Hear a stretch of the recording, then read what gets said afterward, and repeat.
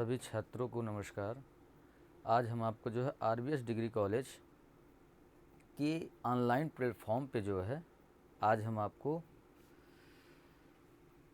Soil genesis, soil farming, rocks and minerals के विषय में हमने आपको सेकंड लेक्चर में जो है रॉक्स हमने पढ़ाया।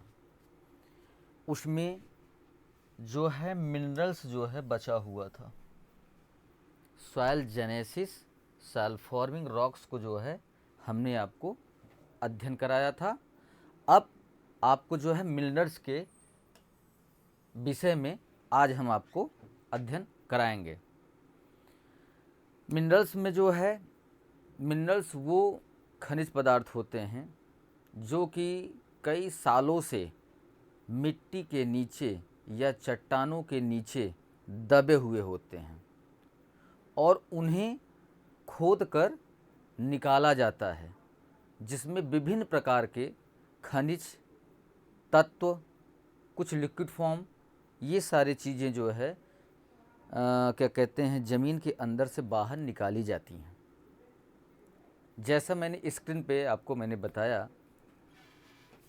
कि ये प्रकृति में पाए जाने वाले संभाग एक कार्बनिक पदार्थ हैं। संभाग का मतलब होता है डिवीजन, मतलब किसी चट्टान को किसी भाग में अलग करना या किसी जोन में उसको रखना, उसे संभाग बोला जाता है, जो कि अकार्बनिक होते हैं। खनिज कभी भी जीवित अवस्था में नहीं पाया जाता है। जो ज़मीन के नीचे होता है वो कार्बनिक अवस्था में, मृत अवस्था में ही पाया जाता है। उसमें रासायनिक प्रक्रियाएं होती हैं, अपघटन होता है, तब उसके बाद नए तत्वों में या नए पदार्थों में उसका जो है निर्माण होता है। फिर उसके बाद जिनका रासायनिक संगठन निश्चित होता है, प्रायः इनकी आकृति या रूप भी होता है। खनिज पदार्थ एक या अनेक तत्वों के रासायनिक योग से बनते हैं। जैसा कि मैंने आपको अभी बताया कि भौतिक, रासायनिक और जैविक, ये तीनों क्रियाएं जो है जब तक ज़मीन के अंदर नहीं होंगी जो है तो नए तत्व और नए पोषक तत्वों का जो है कभी निर्माण नहीं हो सकता है। नेक्स्ट, खनिज पदार्थ के गुण को जो है कई सब डिवीज़न में बांटा गया है।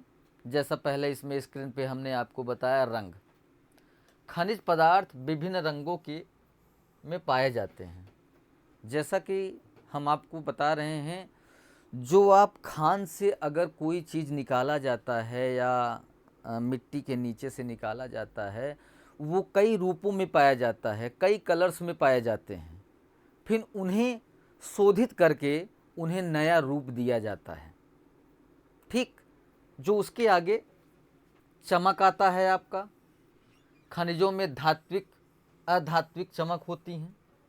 जैसे अगर देखा जाए तो छात्रों, आप लोग को ये पता होगा जो है कि हीरा भी होता है, प्लेटिनम होते हैं, इनकी चमक अलग ही होता है। खान से जब इन्हें निकाला जाता है तो उस समय इनका स्ट्रक्चर, बनावट अलग होता है। फिर इसे मैन्युफैक्चरिंग करके फिर कई अलग अलग रूपों में बनाया जाता है।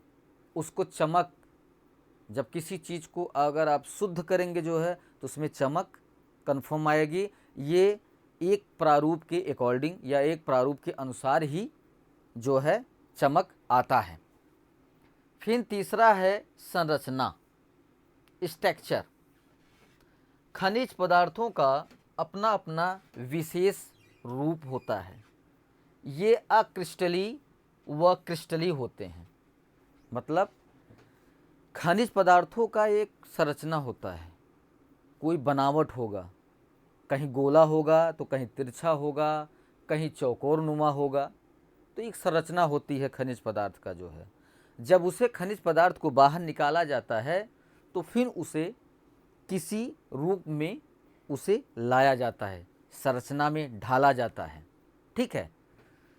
फिर चौथा है हार्डनेस, जिसे हम कठोरता कहते हैं।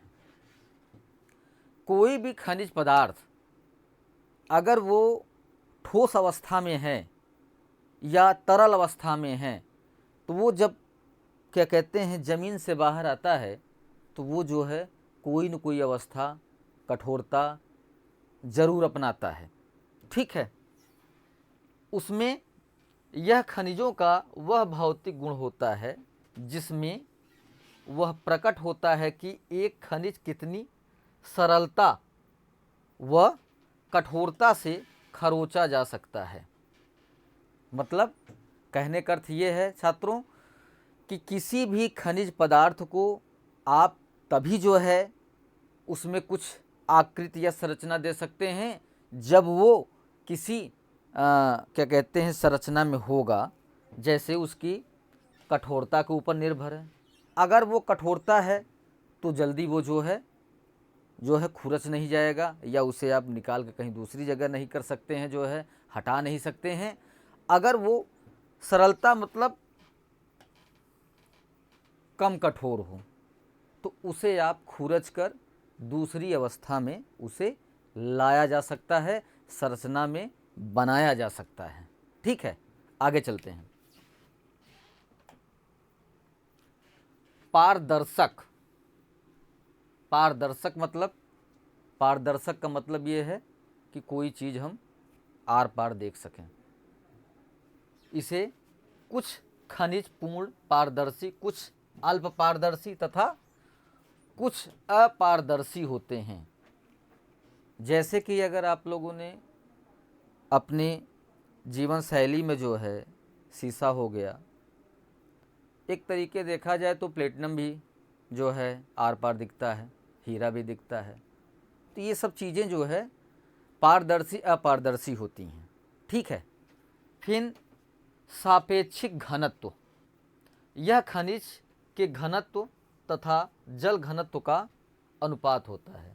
मतलब कहने का अर्थ ये है छात्रों कि अगर कोई खनिज है तो उसका एक सापेक्षिक घनत्व होता है, वो कितने घनत्व में पाया जाता है।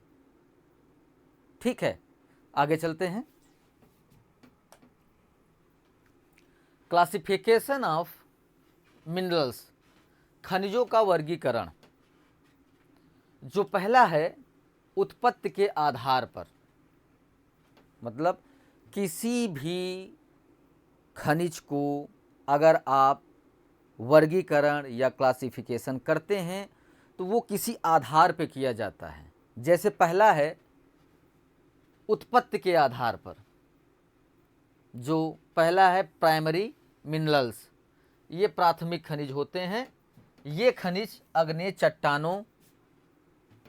चट्टानों के द्वारा प्राप्त होते हैं। उदाहरण क्वार्टन हो गया, आर्थोक्लोव्स हो गया, माइक्रो हो गया, सेलाइन हो गया, बायोटाइट हो गया। मतलब ये तत्व पदार्थ जो है आपके खनिज के थ्रू जो है जब ये खान से बाहर निकाले जाते हैं तो ये जब शुद्ध किए जाते हैं तो इन सब चीज़ों में कन्वर्ट होते हैं, परिवर्तित होते हैं। ठीक। दूसरा है द्वितीयक खनिज। ये प्राथमिक खनिजों के अपक्षय से प्राप्त होते हैं। इनका आकार 2 या 0.002 mm से कम होता है। एग्जाम्पल पेपेटाइट, apatite, calcite, dolomite, clay, limonite, gypsum.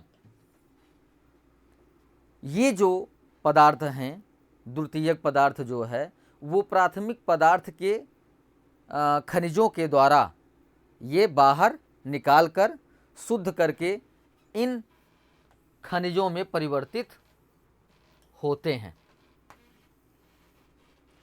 जो बाद में इन्हें कहीं न कहीं ज़मीन में या ज़मीन को शुद्ध करने के लिए या उसकी उर्वरता को बढ़ाने के लिए प्रयोग किया जाता है। नेक्स्ट,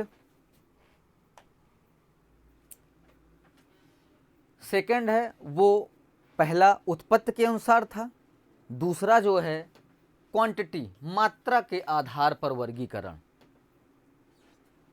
जो पहला है एसेंशियल मिनरल्स आवश्यक खनिज, ये खनिज चट्टान का मुख्य भाग होते हैं और इनकी 95 से 98% होती है, जैसे कैल्साइट, सिलिकेट खनिज इत्यादि। मतलब ये जो खनिज होते हैं उनकी मात्रा के अकॉर्डिंग होते हैं, मतलब मात्रा के अनुसार होते हैं। अगर कोई चट्टान अगर है तो वो जो क्या कहते हैं, जो उसका औसतन भार होता है वो जो है क्या कहते हैं 95-98 के आसपास में रखे जाते हैं। वो मात्रा के अकॉर्डिंग होते हैं, मात्रा के अनुसार रखे जाते हैं। फिर सेकंड है सहायक खनिज जिसे बोला जाता है। इन खनिजों की मात्रा चट्टानों में 2.5% होती है, जैसे एपेटाइट, पाइराइट, मैग्नेटाइट इत्यादि। मतलब कहने का अर्थ ये है कि अगर मात्रा के आधार पर अगर देखा जाए जो है, जो सहायक खनिज होते हैं वो जो है जब चट्टान के जो है लास्ट जो भाग होते हैं उनके द्वारा जो खनिज पदार्थ बाहर आता है उनकी जो मात्रा होती है वो 2.5% तक पाई जाती है। नेक्स्ट सी आपेक्षिक घनत्व के आधार पर वर्गीकरण। मतलब पहला था उत्पत्ति के आधार पर, दूसरा था मात्रा के आधार पर, तीसरा जो है आपेक्षिक घनत्व के आधार पर वर्गीकरण। किसी भी खनिज को या मृदा को बिना आप वर्गीकृत किए, बिना आप क्लासिफिकेशन दिए हुए किसी भी चीज़ का जो है आप विकास नहीं कर सकते हैं। ये एक नियमावली के अनुसार जो है खनिज को डिवाइड किया गया है, बांटा गया है। पहला इसमें है हल्के लाइट जो है खनिज। इन खनिजों का आधारी घनत्व 2.85 से कम होता है। मतलब अपेक्षित घनत्व का मतलब ये हुआ कि जो उसका घनत्व औसतन घनत्व होता है खनिज का वो जो है 2.85 से कम होता है। जैसे क्वार्टज 2.6, फिट्स फार 2.65, ये इसके औसतन घनत्व हैं। दूसरा भारी खनिज हैवी जिसको बोला जाता है, इनका औसतन घनत्व 2.85 से अधिक होता है। हीमोटाइट 5.3, पाइसाइट 5.0, लाइमोनाइट 3.8। मतलब जो खनिज जब भूमि के अंदर से बाहर आता है या खोद के निकाला जाता है उसका जो औसतन भार होता है वो 2.85 से अधिक होता है, जो कि फिर उसे कई सब डिवीज़न में लाके या डिवाइड करके या अलग करके जो है उसके घनत्व को बढ़ाया जाता है, फिर उसमें संरचना दिया जाता है। नेक्स्ट रासायनिक संगठन के आधार पर वर्गीकरण। हमने आपको आपेक्षिक घनत्व के अनुसार बताया और फिर रासायनिक संगठन के आधार पर वर्गीकरण। उद्भव तत्व ग्रेफाइट सल्फर हो गया।